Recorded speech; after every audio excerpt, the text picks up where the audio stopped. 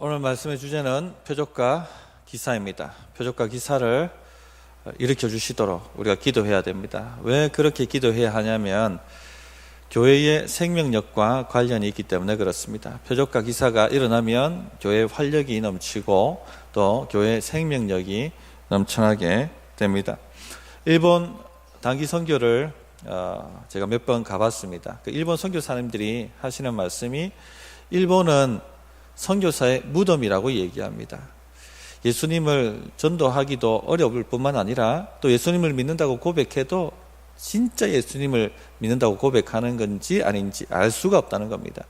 800만 정령 숭배가 강하게 일어나는 곳이 일본입니다. 그래서 예수님을 영접한다 하더라도 그 800만 정령 중에 하나로 영접하기 때문에 오직 예수만인지 아니면은 그 많은 정령 중에 하나인지 알 수가 없다는 것입니다. 그래서 고전을 면치 못하고 있는 곳이 일본입니다. 그런 와중에도 활력이 넘치는 교회가 있고 생명력 넘치는 교회가 있고 성장하는 교회가 있습니다. 바로 오순절 교단입니다. 세계적으로 다 그렇습니다. 세계적으로 활력이 넘치고 성장하는 교회는 오순절 교단입니다. 신학이 좀 모자라더라도 이 오순절 교단은 기도가 강합니다. 기도로 승부를 보고 또 표적과 기사가 일어나는 것을 믿기 때문에 표적과 기사가 일어나고 있습니다. 교회 생명력이 있고 활력이 넘치며 어떤 장애에도 불구하고 성장을 해나가고 있다는 것입니다. 반면에 신학이 좋은 교회, 신학이 탄탄한 교회는요, 맥을 못 추는 이상한 현상이 일어나고 있습니다. 왜냐하면 표적과 기사를 무시하기 때문에 그렇습니다. 수준 낮은 교회나 수준 낮은 성도나 표적과 기사를 추구하지, 우리처럼 수준 높은 교회는 추구하지 않는다, 이렇게 생각을 합니다. 우리가 잘 알듯이 지식은 교만하게 만듭니다. 그리고 머리만 있고 가슴이 없으면요, 내가 올리 네가 올리 하고 서로 싸웁니다. 메말라 버립니다. 우리 교회는 신학이 좋은 교단에 속해 있습니다. 이 머리와 가슴이 함께 가야 되겠습니다. 이론만이 아니라 실제가 함께 같이 가야겠습니다. 그래서 신학과 표적과 기사가 함께 가는 교회, 그런 교회 되기를 저는 사모하고 있고 기도하고 있습니다. 그래서 오늘 표적과 기사에 대해서 설교를 하려고 합니다. 첫째는요, 표적과 기사는 기도 응답으로 온다는 것을 말씀드리고 싶고, 둘째는 그 표적과 기사의 결과로 교회는 활력을 얻고 또 하나님을 향한 두려움을 얻게 된다 하는 것을 말씀드리고 싶고, 셋째는 우리의 적용점, 어떻게 해야 되는가 하는 것을 나누고 싶습니다. 먼저 표적과 기사는 기도 응답으로 온다 하는 말씀을 나누겠습니다. 표적과 기사는 기도 응답으로 온다 하는 것을 아셔야 됩니다. 기도하지 않으면 일어나지 않습니다. 하나님은 표적과 기사를 행하시는 하나님이십니다. 성경 전체를 보면 하나님은 표적과 기사를 일으키시는 분이다 하는 것을 알 수가 있습니다. 표적과 기사에 대해서는 전에 한번 말씀을 드렸습니다. 표적은 무엇입니까? 표지판과 같은 사인을 얘기한다 했죠. 기사는 놀라운 일, 초자연적인 일, 기적을 말합니다. 표적과 기사 이렇게 붙여 쓰는 이유는 기사, 초자연적인 일, 기적은 모두 다 표적이다 하는 것을 말씀하고 있는 것입니다. 자, 표적은 그 자체가 중요한 것이 아니라, 표지판은 그 자체가 의미 있는 것이 아니라 가리키는 대상이 중요하고 의미가 있습니다. 표적과 기사가 가리키는 것은 무엇입니까? 예수님입니다. 예수님. 또 하나님께서 그 교회와 우리 교회와 함께 하신다 하는 것을 가리킵니다. 증거합니다. 그래서 표적과 기사는 자체가 중요한 것이 아니라 가리키는 대상이 중요하다. 예수님을 가리키는 것, 예수님이 함께 하신다는 걸 가리키는 것, 그것이 중요하다 말씀드리겠습니다. 이 성경을 보면 표적과 기사의 책이라고 해도 과언이 아닙니다. 창세기부터 계시록까지 읽어보십시오. 표적과 기사가 안 나오는 곳이 없습니다. 이삭이 출생한 것 표적이죠. 출애굽한 이스라엘 백성들 표적입니다. 10가지 재앙으로 이집트를 바로를 무릎 꿇게 만들었던 것, 홍해를 마른 땅처럼 건넜던 것, 광야에서 만나를 먹었던 것, 반석에서 생수를 마셨던 것, 여리고를 무너뜨렸던 것, 모두 다 표적입니다. 하나님이 함께 하신다. 하나님이 함께 하신다. 사사기 지나고 열왕기 지나고 선지자들이 활동했던 그 시대 모두 다 표적입니다. 엘리야가 하늘에서 불을 내렸습니다. 표적입니다. 여호와만이 참 하나님이시다. 참 신이시다. 그래서 성경은 표적과 기사의 책이고 하나님은 표적과 기사를 행하시는 하나님이십니다. 예레미야 선지자가 이걸 간단하게 얘기를 했어요. 예레미야 32장 20절에 보면 주께서 애굽 땅에서 표적과 기사를 행하셨고 오늘까지도 이스라엘과 인류 가운데 그와 같이 행하사 주의 이름을 오늘과 같이 되게 하셨나이다. 오늘까지도 표적과 기사를 행하사. 하나님은 이처럼 표적과 기사를 일으키시는 하나님이십니다. 그런데 오늘 말씀드리고 싶은 것은요, 이 표적과 기사가 기도 응답으로 온다는 것입니다. 구약시대 때도 그랬고 교회 시대도 그렇고 오늘도 마찬가지입니다. 오늘 우리가 읽은 말씀이 바로 그것을 증거합니다. 12절을 보십시오. 사도들의 손을 통하여 민간에 표적과 기사가 많이 일어나매 믿는 사람이 다 마음을 같이하여 솔로몬 행각에 모이고, 이렇게 말씀하셨습니다. 여기서 주목해야 될 부분이 사도들의 손을 통하여 하는 부분입니다. 사도행전 2장에도 보면 표적과 기사가 일어났다 하는 것을 알려줍니다. 자, 그때는 어떻게 표현했냐면 사도행전 2장 44절에 보면 이렇게 말씀하십니다. 사람마다 두려워하는데 사도들로 말미암아 표적과 기사와 표적이 많이 나타나니, 이렇게 표현하고 있습니다. 자, 그런데 오늘 읽은 5장 12절과 다른 부분이 있죠. 다 똑같은 단어를 썼는데요, 뭐가 차이가 납니까? 오늘 읽은 말씀에는 사도들의 손을 통하여, 2장 43절에는 사도들로 말미암아 손이 첨가되었습니다. 그리고 2장 43절에는 기사와 표적이라고 되어 있지만 오늘 말씀 표적과 기사라고 되어 있습니다. 성경은 영감받은 말씀입니다. 성령의 영감을 받은 말씀이 성경입니다. 단어 하나, 어순 하나 함부로 허투루 기록된 것이 아닙니다. 모든 의도를 가지고 기록되어 있습니다. 이 어순과 이 단어가 바뀌는 것이 무엇을 말씀하고 있냐면요, 오늘 5장 12절에 일어난 이 기적은 교회의 기도 응답으로 일어났다 하는 것을 우리에게 말씀해 주고 싶으신 것입니다. 바로 앞장 사도행전 4장 30절에 이렇게 교회가 기도했습니다. 아시죠? 제가 설교했습니다. 4장 30절에 뭐라고 기도했습니까? 손을 내밀어 병을 낫게 하시옵고 표적과 기사가 거룩한 종 예수의 이름으로 일어나게 하여 주옵소서. 손이 첨가되고요, 기사와 표적이었는데 표적과 기사로 어순이 바뀌었습니다.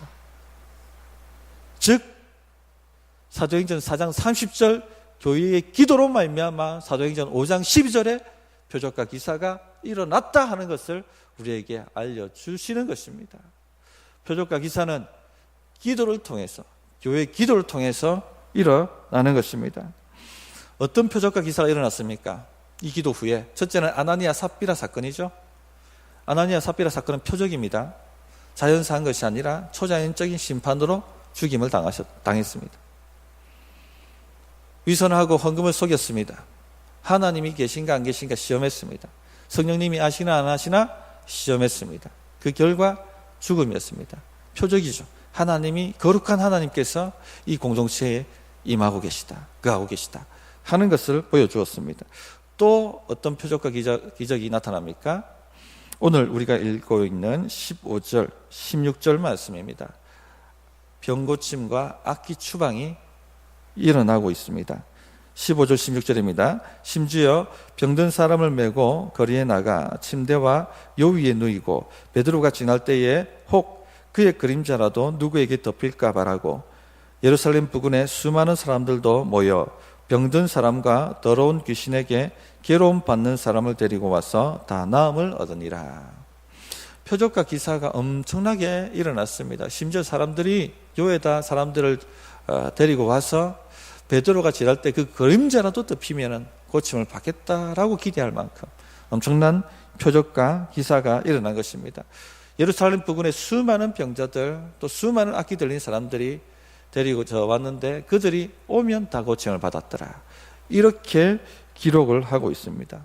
이 표적과 기사는 예수님이 이들과 함께 계시고 이 예수님이 참 메시아시다 하는 것을 증거하고 있는 것입니다.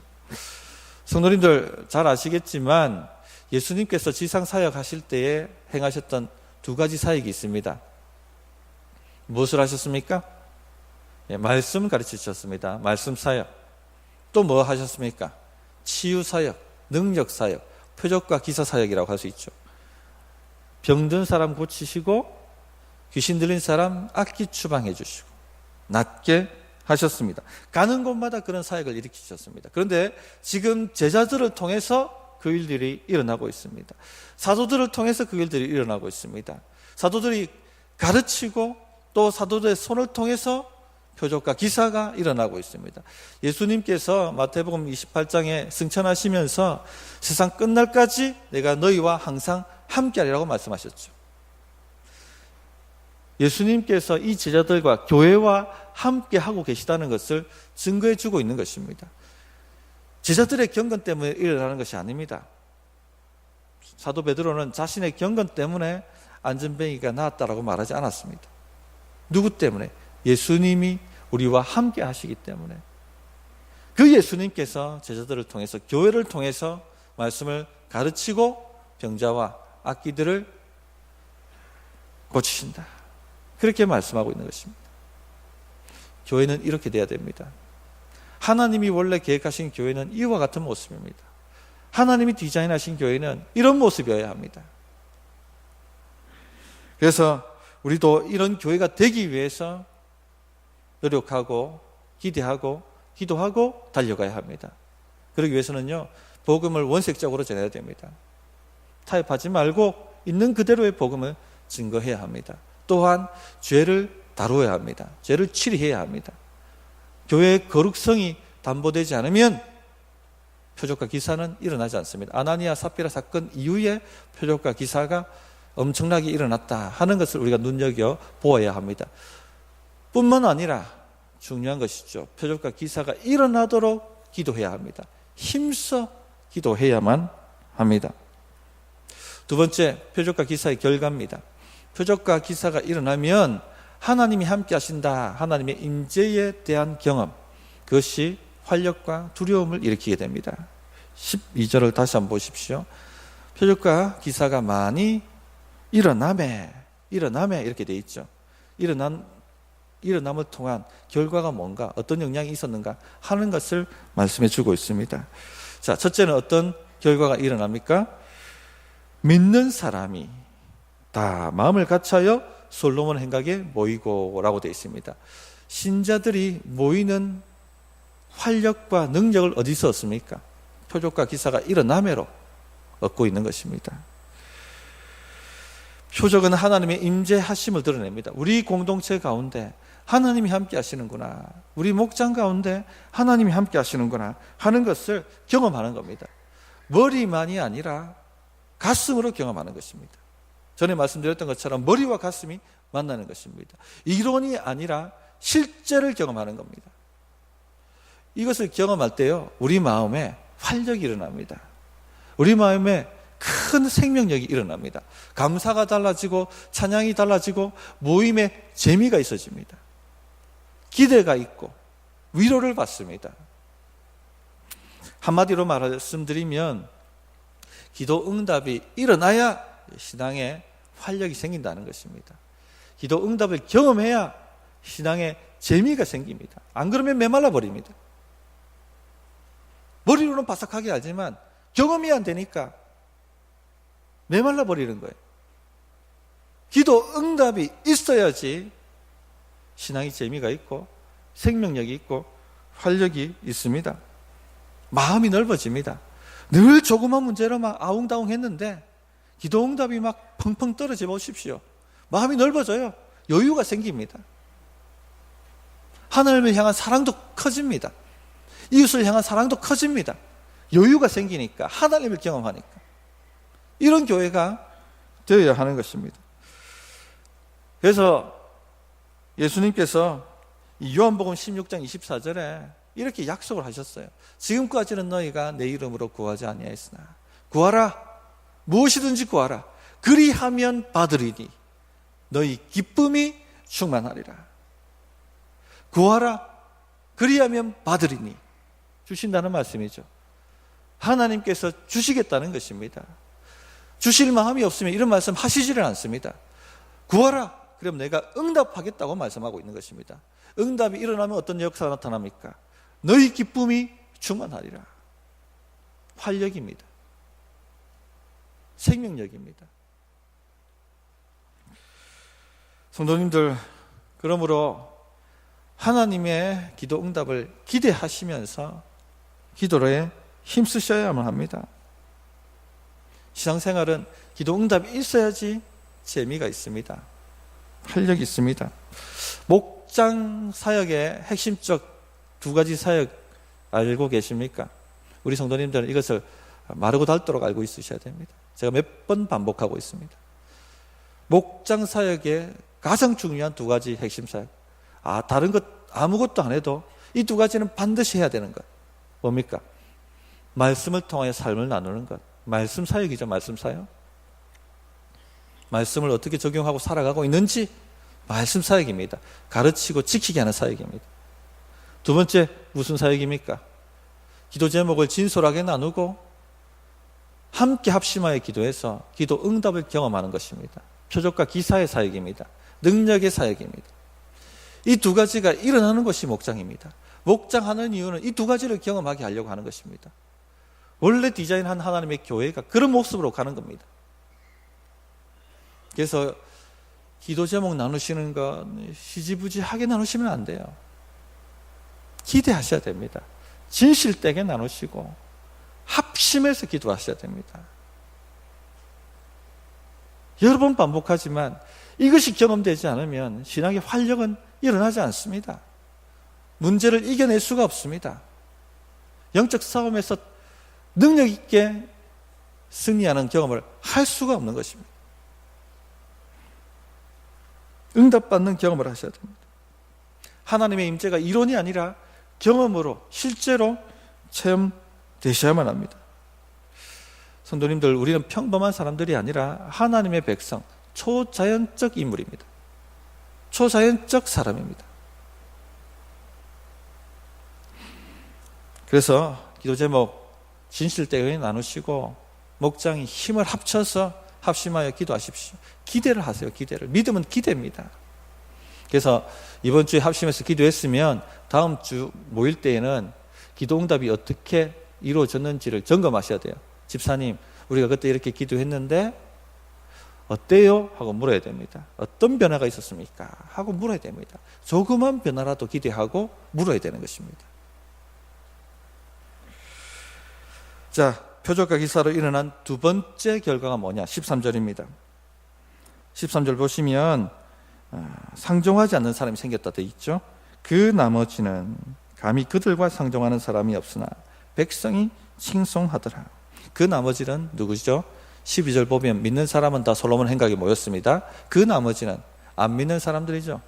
안 믿는데 교회 안에 들어와 있던 사람들, 불신자들, 선택받지 못한 사람들은 모두 다 상종하지 않고 떠났다는 얘기입니다. 이게 아나니아 삽비라 사건이 아마 큰 계기가 됐던 것 같습니다. 그전에는 믿는 사람이든 안 믿는 사람이든 아마 막 역사가 나타나니까 몰려왔던 것 같습니다. 그런데 아나니아 삽비라 사건을 통해서 거룩하신 하나님에 대한 두려움이 생겨버렸습니다. 그러자 믿지 않는 사람들이 싹싹 빠져나갔습니다. 교회를 떠났습니다. 이것이 교회에 일어나야 합니다. 아나니아 삽비라 사건을 통해서 믿는 사람이든 그 말을 듣는 사람이든 모두 두려워했다. 그렇게 기록하고 있습니다. 하나님 임재에 대한 두려움입니다. 자, 첫째, 하나님의 임재는 활력을, 모이도록 활력을 일으킵니다. 두 번째, 하나님의 임재는 두려움을 일으킵니다. 경외감을 일으킵니다. 상종하지 않는 사람들이 생겨납니다. 그 송태근 목사님 책에 보면요, 그 어떤 시골 교회에서 일어났던 일을 이야기를 합니다. 실화입니다. 어떤 시골 교회에 성찬식을 하는 주일날 믿지 않는 사람이 들어왔습니다. 그리고는 이딴 게 무슨 소용이 있냐고 성찬상을 뒤집어 버렸어요. 교회가 난리가 나버렸습니다. 그리고는 막 혈기를 부리고는 교회당 문을 박차고 나갔는데, 그날 집에 들어갔는데 멀쩡히 있던 담벼락이 무너져서 그 담벼락에 깔려 그 사람이 즉사하고 맙니다. 두 가지 반응이 일어났다고 합니다. 첫째, 두려움이 일어났는데, 하나님 임재에 대한 두려움이 일어났는데, 첫째는요, 야, 우리가 이래 살아서는 안 된다. 우리가 하나님 믿고 살아야 된다. 하나님 살아계시다 하고 믿는 사람은 교회로 오고, 반면에 이야, 이거 교회 나갔다가는 뭐 험한 꼴 보겠네, 이거 뭐 두려워서 가겠나 하고 떠나는 사람이 생기더랍니다. 두 가지가 생깁니다. 믿는 사람은 더 강력하게 모이고, 믿지 않는 사람, 선택받지 못한 사람은 상종하지 않는 일이 생기게 되는 것입니다. 교회는 살아계신 하나님의 성전입니다. 하나님 살아계심이 나타나야 되는 겁니다. 하나님 임재에 대한 활력과 두려움이 나타나야 되는 겁니다. 그래서 믿는 사람들은 14절에 말씀하시고 있는 것처럼 믿고 죽게 나오는 자가 더 많아지게 되어야 되고, 13절에 믿지 않는 자는 상종하지 않더라. 이런 역사가 우리 교회에 일어나기를 바랍니다. 마지막 적용입니다. 그러므로 표적과 기사가 일어나도록 교회는 믿고 기도해야 됩니다. 중요한 것이 믿고 기도하는 것입니다. 믿고 기도해야 됩니다. 표적과 기사를 안 믿는 사람들이 있습니다. 우리 성도님들 중에는 없기를 바라는데, 제가 작년 세겹줄 기도회 할 때 이 표적과 기사를 안 믿는 세 부류 사람들에 대해서 말씀을 나누었습니다. 기억나실지 모르겠지만 다시 반복합니다. 표적과 기사를 안 믿는 세 부류 사람들이 있습니다. 절대 표적과 기사가 일어나지 않습니다. 이분들에게는. 첫째 부류, 하나님, 천국, 지옥, 천사, 악령, 영적 세계를 전혀 믿지 않는 사람들입니다. 당연히 표적과 기사가 일어나지 않겠죠. 둘째, 하나님이 계시다는 것, 또 천지를 창조하셨다는 것 인정합니다. 믿습니다. 그러나 하나님께서 이 세계에 관여하신다라고는 믿지 않습니다. 왜? 이 세계는 하나님이 자연 법칙을 두셨고 물리 법칙을 두셨기 때문에 이 물리 법칙대로, 자연 법칙대로 흘러가게 되어 있지, 이 자연과 물리 법칙을 깨고 들어오는 것이 기적이거든요. 하나님이 자연 법칙과 물리 법칙을 깨시고 들어오시지 않는다, 이렇게 생각합니다. 만드신 것을 하나님 깨시고 들어오시겠냐? 이런 분들에게는요, 보이는 세계가 전부입니다. 이성과 과학이 하나님입니다. 그러니까 영적 세계에 전혀 기대하지 않죠. 기적과 표적이 일어나는 것을 전혀 기대하지 않습니다. 당연히 표적과 기적이 일어나지 않습니다. 셋째 부류의 사람이 있습니다. 하나님이 살아계시고 천지를 창조하셨다는 건 믿습니다. 기적과 표적도 일으키신다는 것 믿습니다. 그러나 오늘날은 그런 표적과 기적은 일어나지 않는다. 사도시대 때나 일어났지, 초대교회 때나 일어났지, 지금은 일어나지 않는다. 은사중지론. 사도시대 때는 성경이 아직 완성되지 않았기 때문에 지금 증거하는 말씀이 참이라는 것을 표적과 기사로 증거해야 되니까 표적과 기사가 필요했다. 그러나 이제 성경이 완성되었는데 무슨 표적과 기사가 필요하냐? 필요 없다, 이래 주장합니다. 그럼 지금 일어나는 표적과 기사는 뭐냐? 모두 가짜다, 사탄이 일으키는 것이다. 자, 그러면 뒤집어 엎어놓고 생각을 해봅시다. 마귀는 지금도 표적과 기사를 일으킬 수 있다면 하나님은 그럼 지금 표적과 기사를 못 일으키신다, 말 자체가 되지 않지 않습니까? 하나님을 얼마나 불경스럽게 만드는 말이 되고 맙니까? 초대교회 때 물론 성경이 완성되지 않았지만 이미 구약은 완성되어 있었죠. 그리고 신약 성경은 쓰여지고 있었습니다. 또 예수님의 부활을 경험한 사람들, 증인들이 아직도 많이 살아 있었습니다. 뿐만 아니라 역사상 어떤 설교자들보다 설교의 능력이 탁월했던 사도들이 살아 계셨어요. 설교하면 3,000명이 회개하고 5,000명이 회개하는 역사를 익히시는 분들이 버젓이 살아 있었습니다. 오늘날로 치면은요, 이런 분들 없습니다. 능력이 모자라도 엄청 모자란 시대에 우리가 살고 있습니다. 그러면 표적과 기사가 어느 시대에 더 필요하겠습니까? 또 우리 시대는요, 과학과 이성이 전부예요. 보이는 세계가 전부라고 믿고 사는 사람들이 수도 없이 많이 있습니다. 그런 것을 학교에서 가르칩니다. 영적 세계가 있고 하나님이 살아계시다 하는 것을 증거하려고 한다면 어느 시대의 표적과 기사가 더 필요하겠습니까? 우리 시대의 표적과 기사가 더 필요한 것입니다. 그러므로 표적과 기사가 일어난다는 것을 믿으시고 교회가 힘써서 기도해야 합니다. 믿고 구해야 됩니다. 믿고 구해야 됩니다. 하나님은 믿음에 따라 응답하시기 때문에. 마태복음 9장은 표적과 기사의 장이라고 할 수 있겠습니다. 마태복음 9장에 보면 세 가지 표적과 기사가 나타나는데요, 12의 혈류병 앓던 여인이 예수님 옷자락만 만져도 내가 고침받겠다, 그런 마음을 가졌습니다. 그런데 옷자락 몰래 가서 만졌는데 진짜 나와버렸어요. 예수님이 아시고 그 여인을 돌아보시고 뭐라고 말씀하셨습니까? 내 믿음이 너를 치유하였다. 내 믿음이 너를 치유하였다. 믿음에 따라 응답하십니다. 또 가버나움의 중풍병자 아시죠? 예수님 뵈러 갔는데 그 방에 사람들이 집에 가득해서 도저히 그 사람들 뚫고 들어갈 수가 없었습니다. 친구들이 들것에 메어 달아서 지붕을 뚫고 예수님 발 앞에 내려놓았습니다. 주님 치유해 주셨죠. 뭐라고 치유해 주셨습니까? 그들의 믿음을 보시고 믿음에 따라 응답하셨습니다. 마지막 두 맹인이 예수님께 쫓아와서 주여 우리를 다윗의 자손이여 불쌍히 여겨달라고 구합니다. 눈을 좀 열게 해주십시오. 눈을 열게 해주십시오. 예수님이 물으셨습니다. 내가 능히 이 일을 할 줄을 믿느냐? 믿음을 물어보셨어요. 믿음을 보시고 믿음이 있느냐 물으시고 믿음에 따라 응답하십니다. 그러므로 하나님이 지금도 표적과 기사를 일으키신다는 것을 믿고 구하셔야 되는 겁니다. 믿고 구하셔야 되는 겁니다. 성도님들, 하나님께서 오늘날에도 눈먼 자를 눈뜨게 하실 수 있음을 믿으십니까? 믿음은 기대입니다. 기대하십니까? 하나님께서 오늘날에도 암덩어리를 녹게 하실 수 있음을 믿습니까? 기대하십니까? 기대하신다면 그렇게 기도하셔야 되는 겁니다.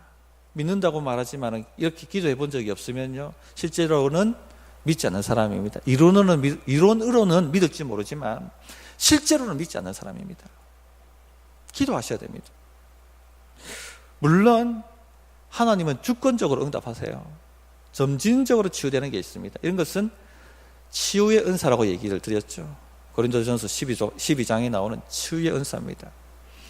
때로는 또 하나님께서 기적적으로 치유하십니다. 능력 은사죠. 표적과 기사입니다. 또 세 번째는 의사의 손길을 통하여 고칩니다. 일반 은총으로 역사하십니다. 때로는 하나님이 치유하시지 않습니다.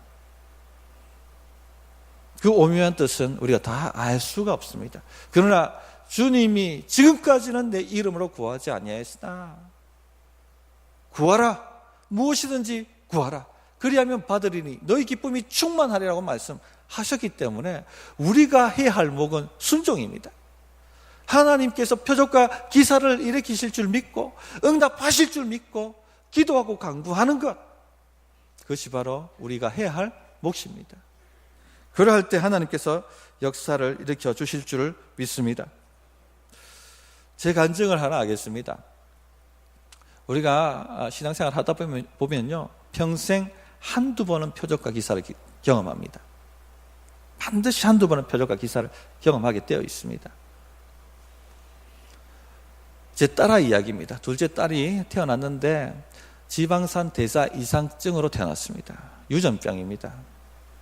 보통은 이게 옛날에는 이게 드러나지 않아가지고 아이들이 급사했답니다. 급사. 우리가 에너지가 모자라면 지방을 태워서 에너지를 쓰지 않습니까? 그런데 이 지방산 대사 이상증은 지방을 태울 수가 없어요. 지방 대사를 할 수가 없는 겁니다. 그래서 심장이 딱 멈춰버리는 거예요. 병원에서 4시간마다 음식을 줘야 됩니다. 4시간마다 음식을 섭취하지 않으면 심장이 멎습니다. 하늘이 노랬습니다. 부산대학병원 찾아갔더니 서울에 가야 된다. 그래서 서울 아산병원을 3년 동안 데리고 다녔습니다. 교회에서 기도하시는 분들이 간절히 많이들 기도해 주셨습니다. 그리고 저희 가족들이 또 간절히 기도했습니다. 그런데 아산병원에 3개월마다 올라갔는데 올라갈 때마다 검사를 합니다. 빨간 줄이 쫙쫙 검사지에 쳐져 있습니다. 그러나 갈 때마다 저는 기대했습니다. 하나님, 부모 잘못 만난 죄밖에 없는데 이 아이가 이렇게 살아서 되겠습니까? 하나님 기적을 믿습니다. 기적을 일으켜 주십시오. 그래서 오늘 이 검사에는 빨간 줄이 혹 사라지지 않았을까? 이런 기대를 가지고 매월 3개월마다 올라갔었어요. 근데 갈 때마다 빨간 줄이 쫙쫙 낙심이 되고 좌절이 오고, 그러나 또 내려와서 기도하고, 하나님 될 줄 믿습니다. 하나님은 표적과 기사의 하나님이시고 기적을 일으키시는 분이 아니시지 않습니까? 하나님 도와주십시오. 또 올라가면 또 빨간 줄이 쫙쫙 켜져 있고 또 낙심해서 내려오고, 주야, 그러나 주님은 살아계시고 표적과 기사를 일으키시는 분이십니다. 또 올라가고, 울산에 사역지를 이동한 후에 또 3개월마다 또 올라갔습니다. 어느 날도 3개월째 되어서 올라가는데 오늘 혹 하나님이 역사하시지 않을까 기대를 하고 올라갔습니다. 그런데요, 정말로 검사지에 빨간 줄이 하나도 없는 거예요. 너무 마음이 기뻐가지고 의사 선생님한테, 선생님, 이 치유된 것 아닙니까? 하고 물었더니 딱 잘라 말하시는 거예요. 유전병은 치유되지 않습니다. 검사가 잘못되었습니다. 다시 검사해야 됩니다. 3개월에 다시 검사를 했습니다. 그런데 또 빨간 줄이 없는 거예요. 선생님, 정말 치유된 것 아닙니까? 딱 잘라 말하시는 거예요. 유전병은 치유되지 않습니다. 검사가 잘못됐습니다. 처음 하셨던 검사부터 지금까지 다시 검사를 해봅시다. 그래서요, 3년 전부터 했던 검사를 다시 다 한 거예요. 3개월 후에 다시 갔습니다. 또 갔더니 전부가 정상이에요. 빨간 줄이 하나도 없는 겁니다. 선생님, 치유된 것 아닙니까? 허허, 유전병은 치유되지 않습니다. 이상한데 조직을 떼서 일본에 조직검사를 하러 보내야겠습니다. 거절했습니다. 제 마음에 확신이 왔어요. 하나님이 치유하셨다. 지금까지 아이는 잘 살고 있습니다. 밥을 안 먹어서 문제지. 안 먹어도 안 죽어요. 잘 살고 있습니다. 성도님들, 표적과 기사가 있습니다. 표적과 기사가 일어나도록 기도하시기 바랍니다. 믿고 기도하셔야 됩니다. 말씀 정리하겠습니다. 하나님은 오늘도 여전히 표적과 기사를 행하십니다. 그러나 표적과 기사는 무엇으로 온다고 말씀드렸습니까? 기도 응답으로 옵니다. 기도 응답으로. 이게 첫 번째 내용이고요. 둘째, 이 표적과 기사가 소위 말하면 기도 응답이 일어나야 신앙에 활력이 생깁니다.